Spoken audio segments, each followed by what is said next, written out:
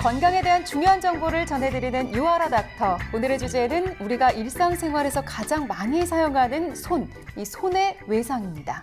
예, 인체에 많은 기관이 있지만 그중에서도 유독 움직임이 많고 다양한 일을 하는 것이 바로 손이겠죠. 그렇죠.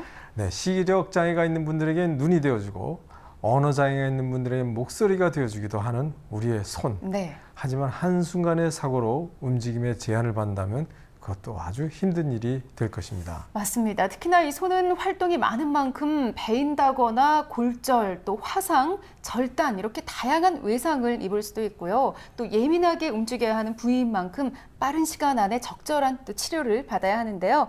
오늘 손 외상에 대해서 대구 W병원 수부외과 세부전문의 우상현 원장과 함께 알아보도록 하겠습니다. 원장님 안녕하십니까?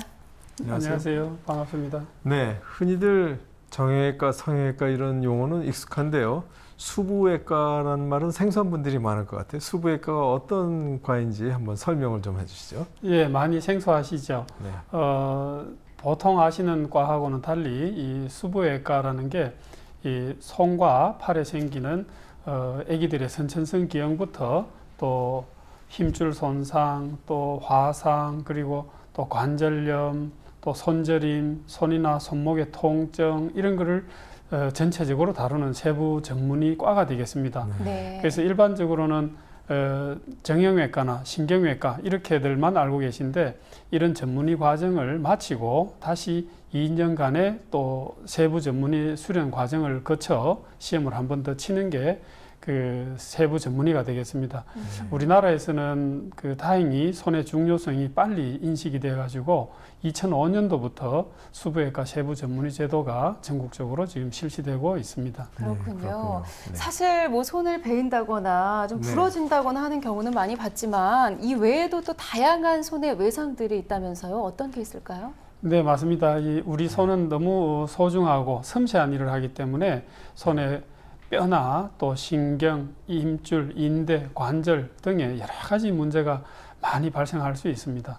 네, 우리가 그 손가락을 살짝 베였다든지 무슨 공에 맞았다든지 하고 감각이 둔해지거나 혹은 잘 못 움직인다 그러면 신경이 다쳤거나 혹은 힘줄이 잘못됐거나 뭐 이런 여러 가지를 생각할 수 있을 텐데요. 어떤 부위들이 이렇게 잘 다치게 되나요? 예, 맞습니다. 우리 이 몸통은 그 주변에 이 갈비뼈가 싸고 있고 속에 네. 중요한 장기들이 들어가 있어서 네. 그 다치기가 쉽지가 않은데 손가락이나 팔은 거꾸로 되어 있습니다. 네. 그러니까 그 뼈가 가장 중심에 들어가 있고 피부 바로 밑에 신경, 힘줄, 인대가 들어가 있기 때문에 사소한 외상에도 이 힘줄, 신경들이 다치게 되죠. 네. 그러니까 신경을 다치게 되면은 감각이 없어지게 되고 또 힘줄을 다치게 되면은 운동이 갑자기 덜 구부러지고 네. 덜 펴지고 하는 게 생깁니다. 이런 것들은 그 다른 외상과는 달리 이 뼈가 부러졌다든지 하면 굉장히 통증이 생기고 심각한데 네. 손가락의 뼈나 또 힘줄들은 작기 때문에 다쳐도 많이 표시가 안 나서 간과하는 경우가 많이 생깁니다. 그렇군요. 네. 뭐 사실 손가락 베이거나 저도 뭐 네. 고등학교 때 이렇게 공 던지다가 손가락 부러지려고 했던 적도 있고요. 부러진 친구들도 그렇죠. 실제로 많이 봤는데요. 이렇게 손에 외상이 발생했을 때 세부 전문의를 통해서 전문적인 치료가 필요하다고 하셨는데 꼭 이렇게 받아야 되는 이유가 있을까요? 네, 그렇죠. 최근에 저희 병원에 왔던 환자입니다. 네. 손목에 단순하게 이 유리에 찢어진 상처만 있어가지고 피부만 봉합을 했었는데 네. 수술하고 나서 3개월쯤 지나니까 감각이 없어지면서 이 손가락에 있는 이런 근육들이 전부 얇게 돼가지고 손을 전혀 쓸 수 없는 상태가 되어 왔습니다. 네. 그러니까 그런 경우는 분명히 손목 안에 있는 신경들이 다친 겁니다. 네. 이러한 신경들은 우리 전기선과 같이 이 전기선 안에 작은 이 전선들이 많이 들어가 있는 거하고 똑같은 모양입니다. 네. 현미경을 보고 신경들을 연결했어야 되는데 네. 막바로 연결을 해도 그 결과가 그렇게 이 좋은 결과가 안 나오는데 네. 그걸 막바로 못 연결한 경우에는 그 신경만큼 이식을 해야 되고 또 그렇게 되면은 회복하는데 훨씬 더 어렵게 되고 손을 영구적으로 마비가 오게 되고 장애가 생기게 되는 거죠. 그래서 네. 이런 단순한 손의 외상이라도 반드시 수부외과 세부 전문의와 상의해야 되는 그런 이유가 되는 것입니다. 예. 네, 그렇군요. 우리가 그렇게 손에 손상이 있을 때 아주 정확한 진단이 필요한 이유가 되기도 하는데요. 네. 이 손의 외상 중에서 제일 심한 게 절단 손상일 텐데요. 좀 비교적 빨리 깨끗한 그 절단은 그래도 접합이 좀 나을 듯한데요. 이게 아주 많이 손상이 심한다든지 시기를 놓쳤을 때는 접합이 어려울 경우도 있지 않습니까? 그럴 때는 어떻게 치료가 되겠습니까? 예, 맞습니다. 그런 경우가 가장 안타까운 경우인데 이 으개져 가지고 오는 경우에는 접합할 수가 없겠죠. 그래서 가능하면은 뼈라도 남아 있으면은 손이나 손가락의 길이를 유지하기 위해 가지고 네네. 그 위에 살을 보충하는 그런 수술도 가능하고 다행히 이 살을 보충 안 하고도 봉합이 된다면은 봉합 후에 최소 6개월 정도 흉터가 상처가 다 아문 다음에 손가락의 그 모양이나 기능을 만들기 위해서 발가락을 이용한 그런 수술도 가능합니다. 네, 절단된 손가락 대신 발가락을 떼내서 접합시키는 수술이 가능하다니까 외상으로 인해서 손가락을 잃어서 낙심한 환자 입장에선 아주 반가운 소식이겠죠? 네. 네. 손가락 절단 시에 어떻게 접합 수술이 이루어지는지 또 수술 시기를 놓친 환자의 경우에 어떤 치료가 진행되는지 저희가 화면으로 준비했습니다. 만나보시죠. 우리 몸 중에서 절대 없어서는 안 될 소중한 손. 하지만 한순간의 사고로 손을 잃게 되는 경우가 빈번하다. 1년에 약 지금 한 2,500명 정도가 수부 손상을 입어서 병원을 내원하는 것으로 추산이 되고 있고요. 약 한 40에서 50% 정도는 주로는 산업 현장에서 이렇게 하고, 그리고 일반 사람들 같은 경우는 개방골절이나 절단보다는 주로 좀 깊이 찢어져서 오는 심부열상 이런 것들이 조금 더 많은 그런 추세입니다. 손가락 절단의 경우 뼈와 인대, 신경 및 피부가 절단됐기 때문에 그 모두를 세심하게 연결시켜 회복시킬 수 있는 수지 접합 수술이 필요하다. 절단된 손가락을 다시 붙이는 것을 이제 수지 접합이라 하는데요. 그래서 옛날에 뭐 단순히 그냥 붙이는 것만으로도 많이 만족을 했는데 뭐 요즘에는 이렇게 기능도 또 중요시하거든요. 기능이나 미용을 또 중요시합니다. 그러니까 손가락을 단순히 뭐 붙이는 것보다는 손가락도 움직일 수 있고 감각도 있어야 되고, 그다음에 모양도 이제 뭐 다치기 전에 비슷하게 일상생활에 크게 지장이 없게 하는 게 최근에 이제 주로 하고 있는 수지 접합 수술이 되겠습니다. 지름 1mm 이하의 작은 혈관 및 신경을 10배 이상 확대해 볼 수 있는 현미경으로 관찰하면서 절단된 손가락의 뼈, 신경, 인대 등을 정교하게 봉합하면 수술은 마무리된다. 혈류 상태가 잘 유지되어 있는 것을 확인하고 괜찮다라고 판정할 수 있는 그런 시간이 대략 1주에서 2주 정도 시간이 소요이 되고요. 그리고 뼈를 아물게 해야 되는 그런 시간들이 한 4주에서 6주 정도 필요하게 됩니다. 손가락의 손상이 심하거나 접합 시기를 놓쳤을 경우 발가락을 이용해 손가락을 재건하는 족지 이전술을 생각해 볼 수 있다. 손가락이 없는 환자분에 대해서 이제 자기 발가락을 떼서 이제 갖다 이게 이전을 하는 그 수술 족지 이전술을 하는데요. 그러니까 그냥 뭐 뼈만 연결하는 것이 아니라 뼈도 연결하고 힘줄이라고 있습니다. 손가락을 움직이게 하는 힘줄을 연결하고, 그 다음에 신경을 연결해서 감각을 살리고, 뭐 동맥을 연결해서 이제 혈액순환이 되게 하는 그런 모든 수술을 이제 같이 하니까 뭐 시간도 좀 많이 걸리고 수술 난이도도 굉장히 어려운 그런 편입니다. 족지 이전술에도 다양한 방법이 있다. 경우에 따라선 손가락 뼈의 길이를 유지하기 위해 절단된 손의 부위를 자신의 배에 이어 살을 보충하는 수술을 시행한 뒤 재건 수술을 진행하기도 한다. 수술도 중요하지만 수술 후 꾸준한 재활 물리치료가 손의 기능을 빠르게 회복시킨다는 점을 꼭 기억하자. 네, 절단된 손가락을 이어주고 또 재건하는 수술법 잘 봤습니다. 참 신기하기도 하고요. 그렇죠? 우리나라에서 이런 수술이 가능하다는 게 자랑스럽기도 한데요. 네. 이렇게 수술을 할 경우에 원장님 성공률과 또 회복률, 뭐 어떻게 보면은 수술이 얼마나 잘 될까요? 네, 절단기 같은 근데 이 예. 깨끗하게 잘리는 네. 경우에는 수술 성공률이 80~90% 이상 넘어갑니다. 그러나 네. 조금 전에 말씀하신 대로 어개진다든지 네. 또 심하게 다치는 경우에는 그 성공률이 많이 또 낮아지겠죠. 아, 단순히 또 살고 죽고 하는 그 성공률 말고 네. 손가락에 감각이 돌아오고 손가락에 기능이 돌아오게 하는 네. 게 진정한 수술의 성공률이라고 할 수 있겠죠. 그렇겠네요. 네, 그렇겠네요. 네, 그 환자 입장에서는 내 손가락을 살렸다 하면서 기쁘긴 할 텐데 혹시 손가락이 안 움직이거나 뭐 감각이 없지 않을까 혹은 또 무슨 부작용은 없을까 이런 궁금증이 있을 것 같은데 한번 설명을 좀 해주시죠. 네, 맞습니다. 모든 수술에는 다 이 부작용이나 합병증이 생기기 마련인데 네, 골절이 된 경우에 뼈가 안 붙는다든지 또 네. 힘줄 수술 후에 힘줄이 덜 움직인다든지 할 수 있는데 네. 접합 수술은 이런 골절 또 힘줄 손상, 신경, 피부 모두를 다 한목에 하는 수술이기 때문에 네. 반드시 그 2차 수술이 필요합니다. 예. 그래서 붙어 있는 그 힘줄이 고무줄처럼 잘 움직이기 위해서는 힘줄을 좀 분리해 주는 수술도 필요하고 또 신경이 감각이 안 돌아오는 경우에는 이 신경을 새로 또 연결해 줄 수도 있고 네. 그런 2차 수술이 꼭 필요합니다. 네. 그리고 환자분들께서 접합 수술 받고 나시면은 손이 시리다 또 저리다 아프다 이런 증상들을 호소하시는데 꾸준한 재활 치료와 또 2차 재건 수술로 이런 증상들은 조금씩 나아질 수 있습니다. 그래서 보통은 한 1년에서 2년 정도 이렇게 시리고 아프고 한 게 좀 유지는 될 수 있습니다. 그렇군요. 네, 그렇군요. 말씀하셨듯이 한 번의 수술로 모든 치료가 끝나는 것이 아니라 때에 따라서는 추가 수술도 필요하고 또 수술 후에 재활 치료도 게을리해서는 안 될 것 같습니다. 자, 이번 주에도 손 외상에 대한 시민들의 다양한 반응을 살펴봤는데요. 화면으로 만나보시죠.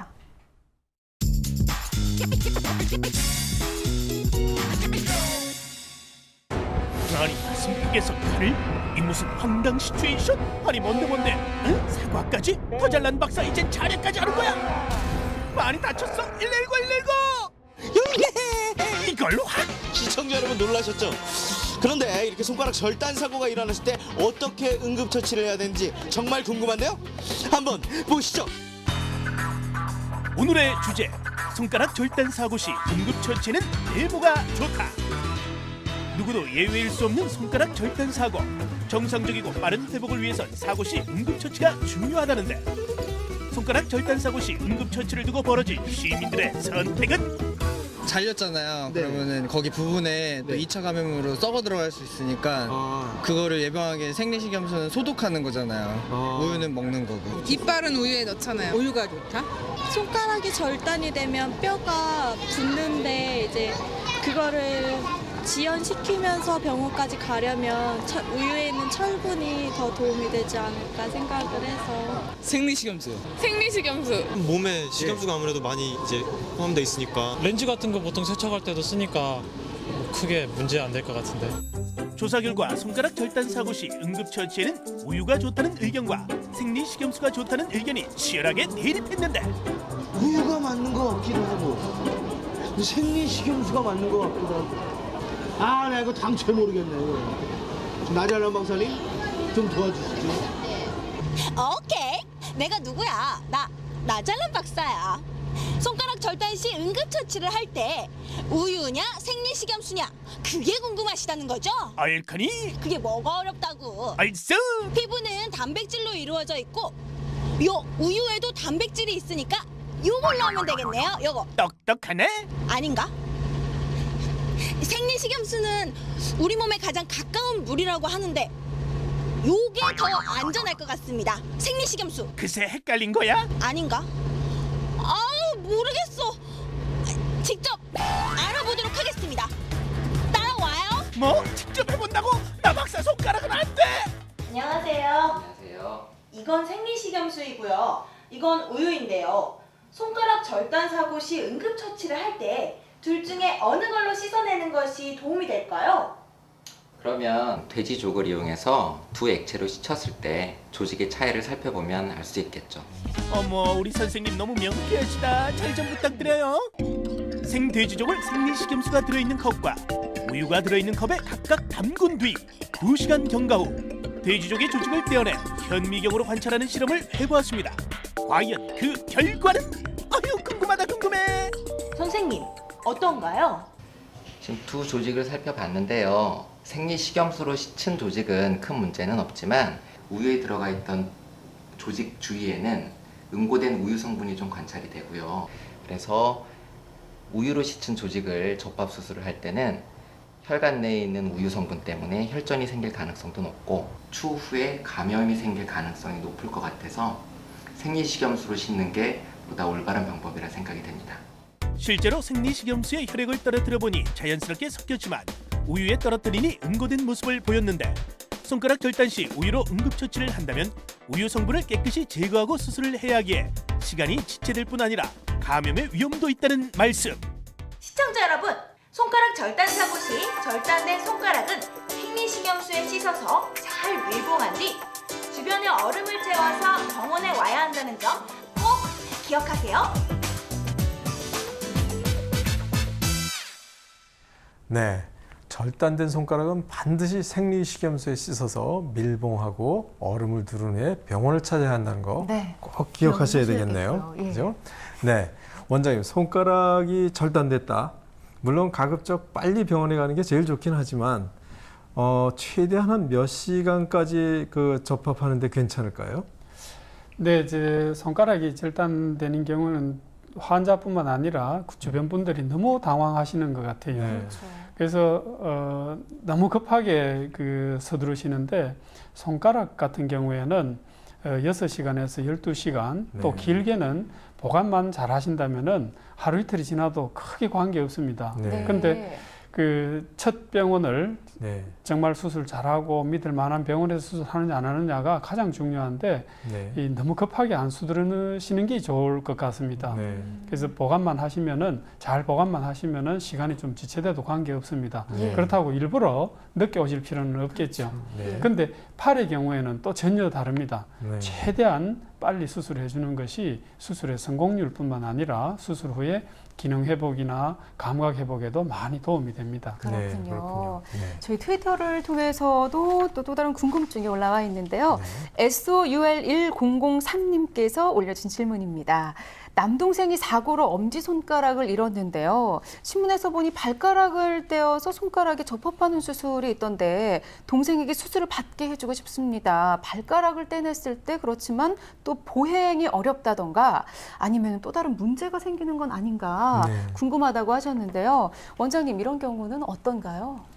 네, 발과 하지 쪽을 전공하시는 우리 김 선생님께 죄송하지만은 저희 손을 만들기 위해서 발가락을 옮겨가는 수술도 가끔 합니다. 예. 근데 상식적으로 발가락이 엄지발가락이 없으면은 전다든지 혹은 중심을 못 잡는다든지 달리기를 못 한다든지 하는 그런 상식적인 이야기들이 있는데 전혀 사람의 발이 그렇게 약하지는 않습니다. 네. 엄지손가락을 대신해서 기능해 줄 수 있는 것은 우리 몸에 엄지발가락밖에는 없습니다. 네. 그래서 수술하고 나도 달리기나 일반적인 보행이나 또 취미생활로 축구를 하는 것도 다 괜찮습니다. 네. 그래서 수술을 하는 입장에서도 엄지손가락을 만들기 위해서 발가락에 혹은 발에 장애를 또 다른 장애를 만드는 것은 바람직하지 않겠죠. 네. 그래서 발도 발대로 기능하고 모양이 유지될 수 있도록 해주면서 손의 기능을 만들어주는 것이 가장 중요할 것 같습니다. 그렇군요. 네. 그 중요한 엄지손가락의 기능을 회복시키면서 발의 어떤 그 부작용을 최소화하는 방법이 있다니까 참 다행이라는 생각이 듭니다. 네, 최근에는 이제 그 손가락뿐만 아니라 팔 전체를 이식하는 그런 시도와 연구가 많이 진행되는 것 같은데요. 어떻습니까? 네, 그렇습니다.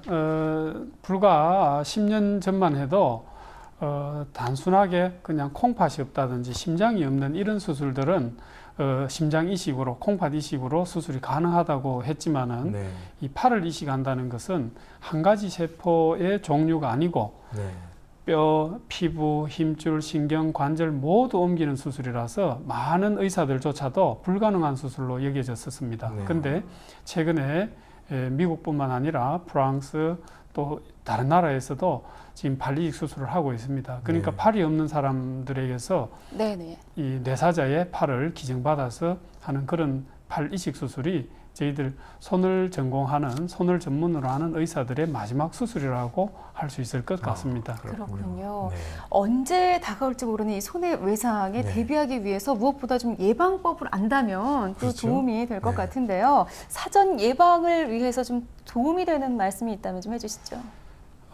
물론 그 작업 환경이나 또 취미 활동 중에 안 다치시는 게 가장 좋을 것 같고 복잡한 상황 또 복잡한 환경을 안 만들어주는 것이 가장 좋을 것 같습니다. 예. 그리고 아무리 손 전문하는 의사가 수술을 잘해도 다치기 전처럼 만들지는 못합니다. 네. 안 다치시도록 조심하시는 게 가장 좋을 것 같습니다. 예, 네, 그리고 그렇군요. 손을 좀 보호하고 네. 말씀하신 대로 좀 다치지 않도록 평소에 좀 신경을 많이 쓰는 게 중요할 것 같습니다. 맞습니다. 네, 오늘 대구 W병원 우상현 병원장님과 함께했고요. 원장님 오늘 말씀 잘 들었습니다. 고맙습니다. 네, 감사합니다. 네, 오늘은 손 외상에 대한 여러 이야기를 나눠봤습니다.